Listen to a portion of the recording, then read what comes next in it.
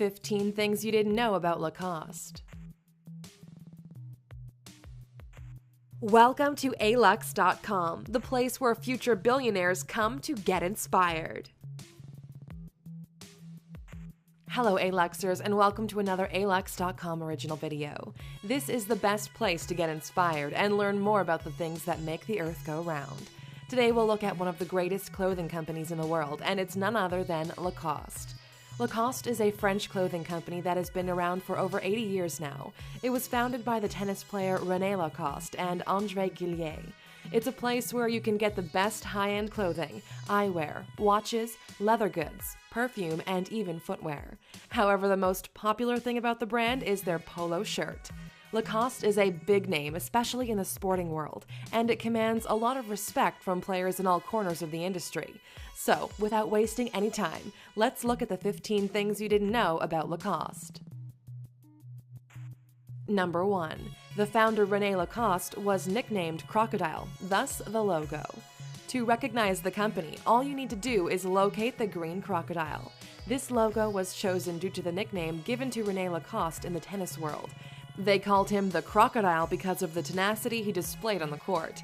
If you didn't know how they came up with the crocodile, now you know. How's that for some trivial knowledge? Number 2. 50% of the brand has been sold off. Moss Frères, a Swiss family-held group, bought off a chunk of the company in 2012. After the sale, the remaining 50% remained under the ownership of the family. Today, it's under Ronwin Lacoste, and he is expected to pass it on to Elliot Lacoste to retain the line within the family. Number 3. French designer Christophe Lemaire brought a surge in the company. The popularity of the brand went really high when the designer brought in some new ideas to bring a more upscale and modern look to the company designs. As a result, at least 50 million of the Lacoste products were sold in more than 110 countries. Also, the contracts between the company and young tennis players have made the company even more visible. The players include Stanislav Wawrinka, who is a Swiss Olympic gold medalist, Richard Gasquet, who is a French veteran, and Andy Roddick and John Isner, who are both American stars in the tennis platform. Number 4. The company licenses the trademark to different companies.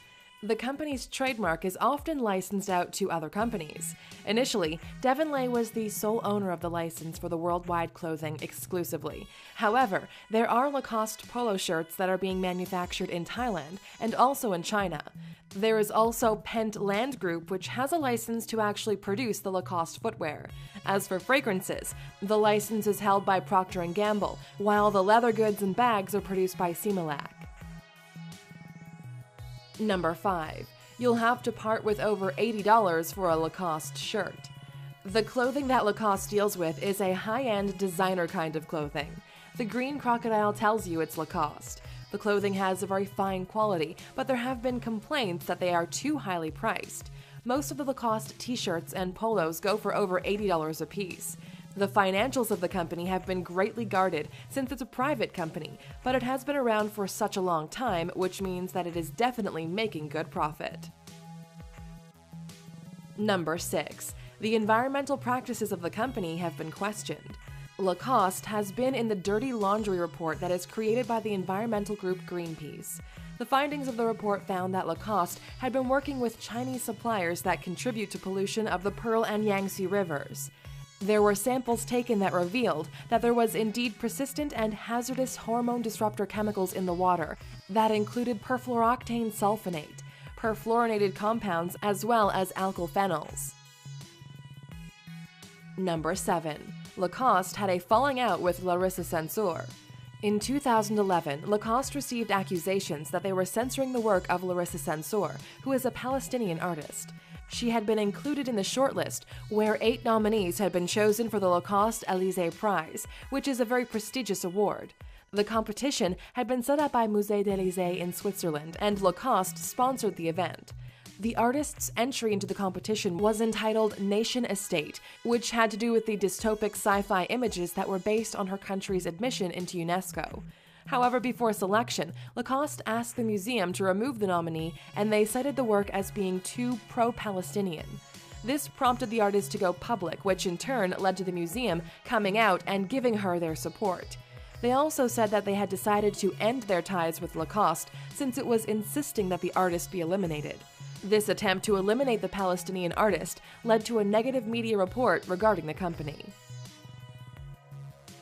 Number 8. The founder, René Lacoste, wasn't a naturally talented tennis player.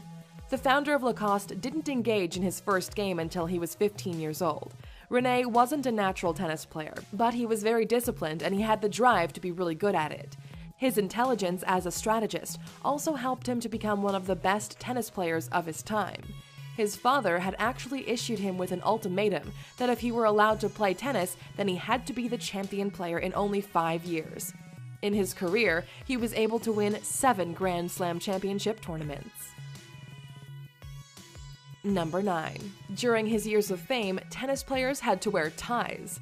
The idea for Lacoste wear came because René felt the attire they used in the sport was rather restrictive. At the time, the typical tennis outfit included a white shirt that was long-sleeved, button-down, long pants, and unbelievably, even a tie. This was a lot of clothes to wear as you raced all the way to the net to get that overhead shot. He needed to find something more comfortable, and this led to the creation of his brand. Number 10. René Lacoste did defeat Bill Tilden before retiring from tennis. After René designed the new attire, he wore it on the court himself. He was able to defeat Bill in the 20s, and this was how France got their very first victory, and they held on to it for 5 more years. Bill said that René was actually the greatest brain he'd met in tennis, and that he underestimated the player. Lacoste had been able to find a way to beat him, and he realized this very late. René had to retire from tennis at 25 due to his respiratory disease. He then dedicated his life to making the finest tennis wear. Number 11. Lacoste's expansion only really started in the 50s. Initially, the company only produced clothes for tennis. However, the real expansion of the company only came about when Lacoste introduced colored shirts. In the 1970s, the popularity of clothing reached the US. The greatest appeal was the crocodile emblem, and this fact actually surprised the founder himself. The single logo has since spawned many imitators throughout the world. Number 12. The company exchanged hands from father to son in the 60s. Bernard Lacoste took over the amazing company in the year 1964 and was able to introduce even more lines to the business. The company has constantly hired experts to boost its look and visibility, which has led to a surge in popularity. Today, almost everyone wants to wear a Lacoste polo regardless of their occupation. Number 13. The founder of the brand was said to have a mechanical mind.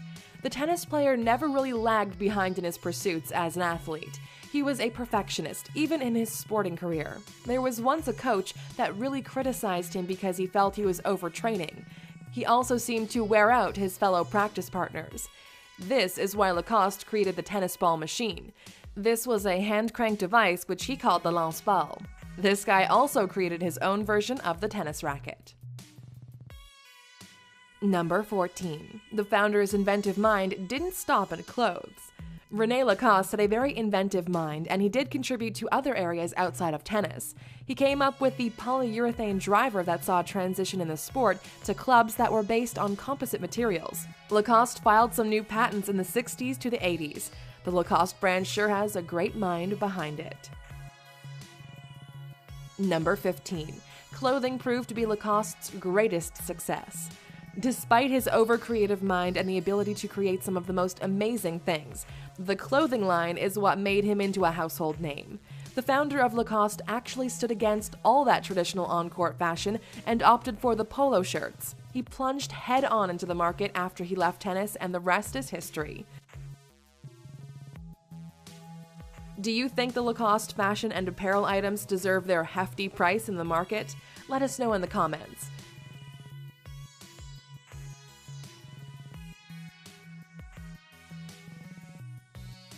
And if you stuck around until the end, here's another final fact for you. The founder of Lacoste died in 1996 due to heart failure experienced after he had surgery on his leg. He also unfortunately had prostate cancer. Thank you for spending some time with us, A-Luxer. Make sure to subscribe so you never miss a video. If you want more, we handpicked these videos you might enjoy, or head over to alux.com for the best in fine living content on the planet. Be a part of the largest community of luxury enthusiasts in the world and tell your story.